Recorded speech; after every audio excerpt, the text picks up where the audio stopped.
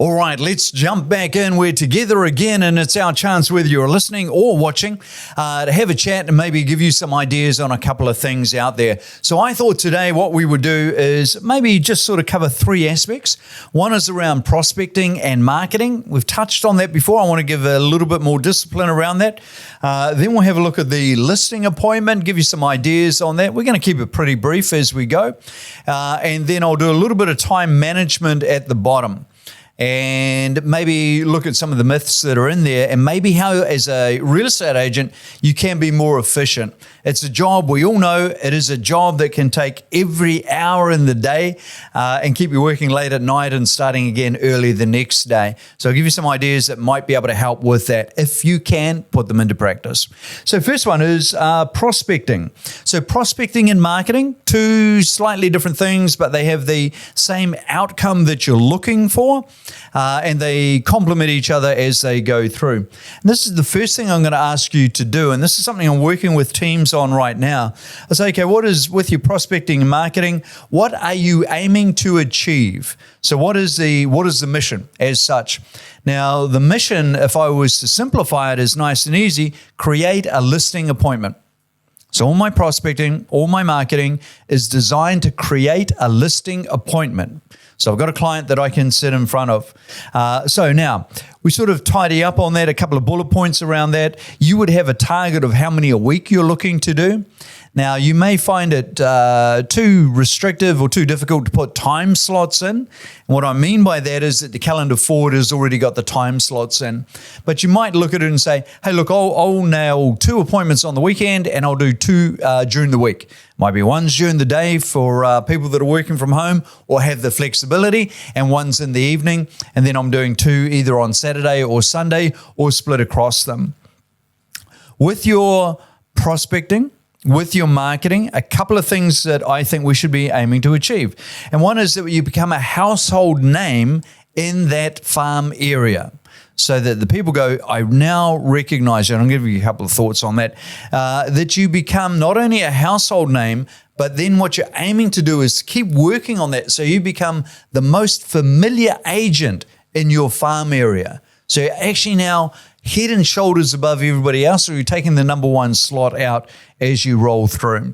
And now as you upgrade that and as you roll that through, it has to be built on trust, that they trust you, that you are the most trusted in their farm area. So, and there's work to be done around that. And the trust is going to be in 3 areas.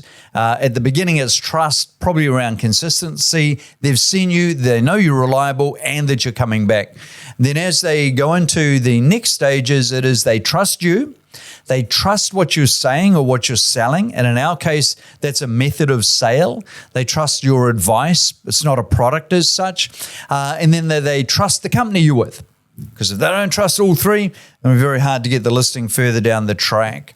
Now, let me just give you an idea around becoming the most familiar, becoming the most trusted, becoming the household name.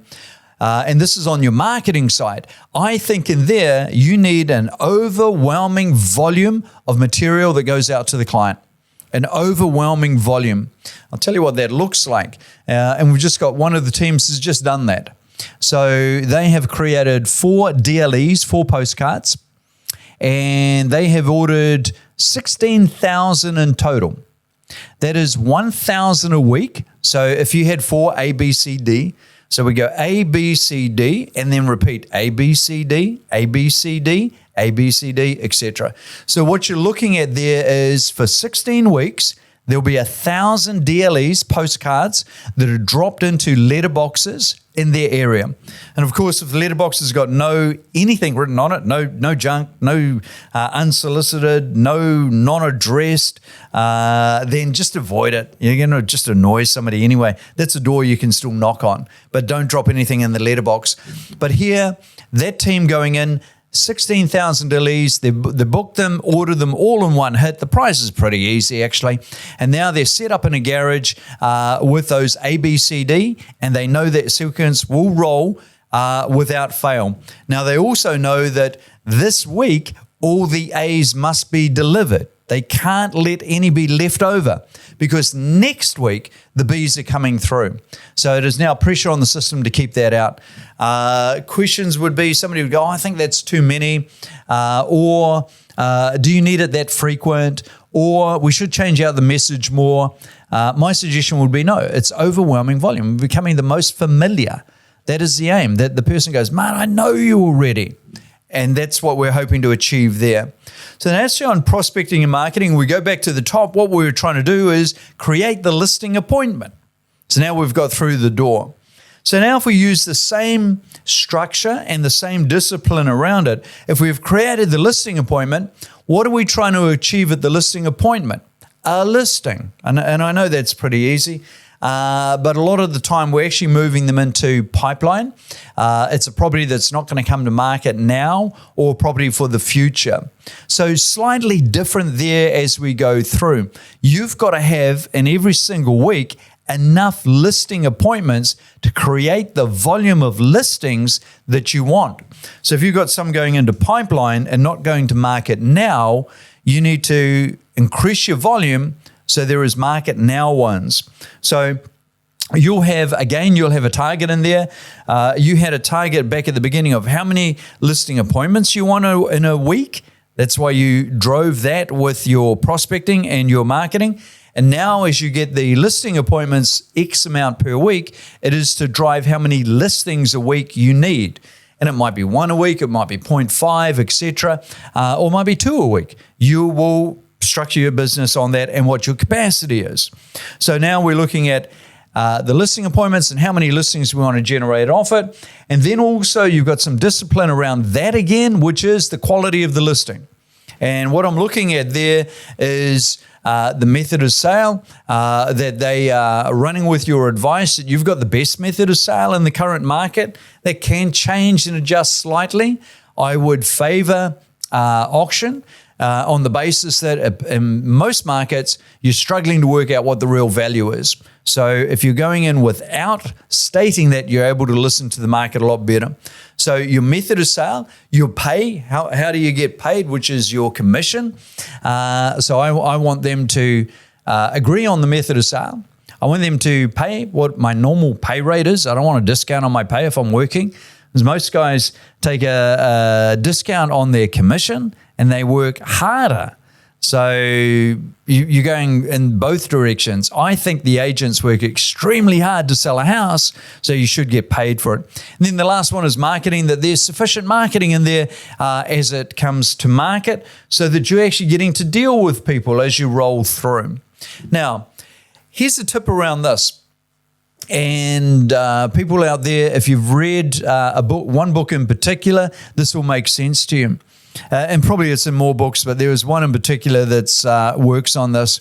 And that is being able to convey to your client what's wrong and what's right, and why they should do the right thing, and the logic behind your advice.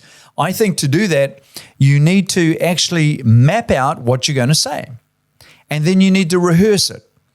Now, I think most agents are ad-lib.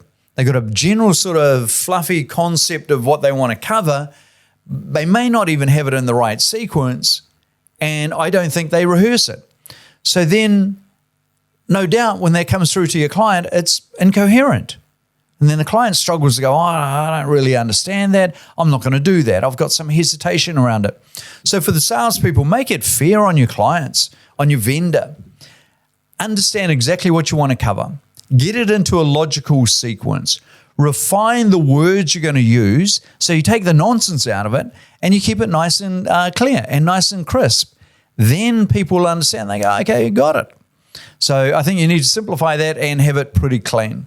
Now, last one we're going to talk on, and then we're out of here, is a little bit about time management. We've touched on previous episodes on the Wellington chest idea, which is a chest of drawers. You know, it's like multiple drawers. We open one drawer, work on what's in that drawer, close it, then we go to the next drawer and open that and work on it. So I think that's almost the same as when I look at computer screens, and some people have every tab open at the top and so much sitting there and devices beeping away at them that they can't concentrate. So maybe we go the opposite way and we say one thing at a time. Close all of that. Now, I know some programs we need two open and multiple at the same time, but if we could close all of that and concentrate on one thing, we're going to do far better. Now, I'll drop in there the myth of multitasking. And we say we multitask. You do one task, you stop it, you do the next task. You can't do two tasks at once. You're flipping between them, even if it's in a split second, from this side to that side, flipping between them. And studies show very ineffective. The efficiency drops out. You're doing a task on this side. You start the task, you make a bit of progress. Before you've concluded, you stop and go to the next task and say, I'm multitasking, Wayne. So what that means is you've stopped, you then start a new process, you look at where you're at, what you want to achieve on that, you start making some progress, and then you stop and come back because you're multitasking. That one's on hold, still churning away there on hold. Now you go back to the one you stopped, you have to work out, where did I stop? What was I trying to achieve? Where do I pick this up again? Okay, got it. And now you start again. That's the inefficiency, as opposed to I finish it, complete it, I don't touch it again. That's in the box. 16,000 DLEs, 4 of them designed, won't be touched again, print 16,000. Not going back and saying we're going to play with it again. So I think have a look at that. And if you wanted one last example, that when we're talking with a sales team, and I think it made sense, and they said, oh, no, we can do more than one thing at once. I said, okay, probably you can, but you are being very inefficient. And we gave the example. You're in a shop selling TVs, and they've got all the TVs, all the different brands down one wall. Like there's 3 or 4 layers of TVs. Normally when you go in, they'll only have maybe 1 or 2 images that are playing consistently across all the TVs. I think when people multitask, it's like taking that wall and every TV is on a different channel running at the same time, and you're trying to focus. It just wouldn't work. So there you go, guys. Concentrate on your prospecting and your marketing. Outcome of that is I want a listing appointment. Concentrating on your listing appointment. Outcome is you need to take listings to market now. And have enough of those, not just pipeline listings. And the last one is your time management. Do one thing at a time. When you finished it, complete it, and then that's done. Don't go back to it. Then move on to the next task. I think if you can do that, you might find that there's more hours in the day and you can do something outside of real estate so that you get that bit of relaxing. So hope that's been of help. You can message us as always with any questions and points, and that'll give us some of the material that we'll come back to the market with. So have fun. Ciao.